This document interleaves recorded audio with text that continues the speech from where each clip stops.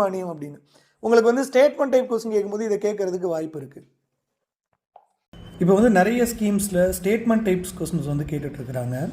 இது வந்து மார்ச் 7, 2026 அன்னைக்கு நடந்த டெக்னிக்கல் சர்வீஸ் எக்ஸாம்ஸோட கொஸ்டின் பேப்பர். இதில் கொஸ்டின் நம்பர் 138 பாருங்கள். நீட் ஸ்கீம் பற்றி கேட்குறாங்க. முன்னாடியெல்லாம் நீட் ஸ்கீமோட வருடம் மட்டும் கேட்டு விட்ருவாங்க. இப்போ இந்த நீட் ஸ்கீமில் வந்து 4 ஸ்டேட்மெண்ட் கொடுத்துட்டு எது சரி அப்படின்னு சொல்லி கேட்டிருக்கிறாங்க. இதில் வந்து நமக்கு 2வது ஸ்டேட்மெண்ட்டும் 4வது ஸ்டேட்மெண்ட்டும் கரெக்டு. இது வந்து நம்ம என்றைக்கு நடத்தியிருக்கோம் அப்படின்னா 100 days 100 ஸ்கீம் சீரீஸ்னு ஒரு சீரீஸ் ஆரம்பிச்சோமா, அதில் ஸ்கீம் 27 இது டிசம்பர் 11ஆம் தேதி போட்டது. இதில் வந்து இந்த செகண்ட் ஸ்டேட்மெண்ட் பார்த்தீங்கன்னா உங்களுக்கு தெரியும், சிறப்பு பிரிவில் இருக்கிற ஆர்வலர்களுக்கு 55 வயது வரை வயது வரம்பு இருக்குது அப்படின்னு சொல்லிட்டு அது இங்கே கொடுத்துருப்போம். மாற்றுப்பாலினத்தவர் ஆகிய சிறப்பு பிரிவினருக்கு 55 வரை வயது தளர்வு உண்டு. 10 லட்சத்துலேருந்து 5 லட்சம் பார்த்தீங்க அப்படின்னா வட்டி மானியம் கொடுப்பாங்க.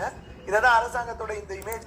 கடன் திரும்ப செலுத்தும் காலம் முழுமையும் 3% பார்த்தீங்க அப்படின்னா வட்டி மானியம் கொடுப்பாங்க.